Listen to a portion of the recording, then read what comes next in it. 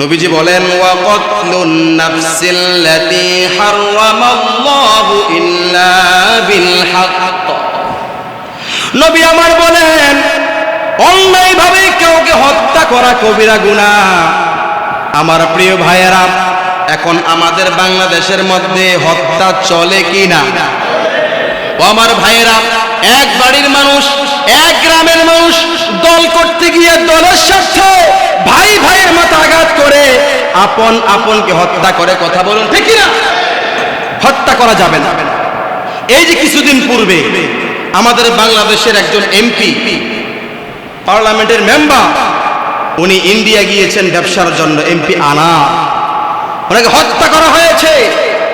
কারা হত্যা করেছে এটা বের হয়েছে, এখন তারা জেলখানায় আছে, এখনো তদন্ত চলছে। তো মানুষকে অন্যায়ভাবে হত্যা করা এটি কবিরা গুনাহ। কি গুনাহ?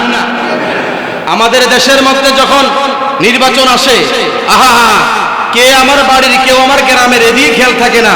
দলের স্বার্থে, ক্ষমতার স্বার্থে হত্যা চলে, মারামারি চলে, কাটাকাটি চলে। কথা বলুন ঠিক কি না?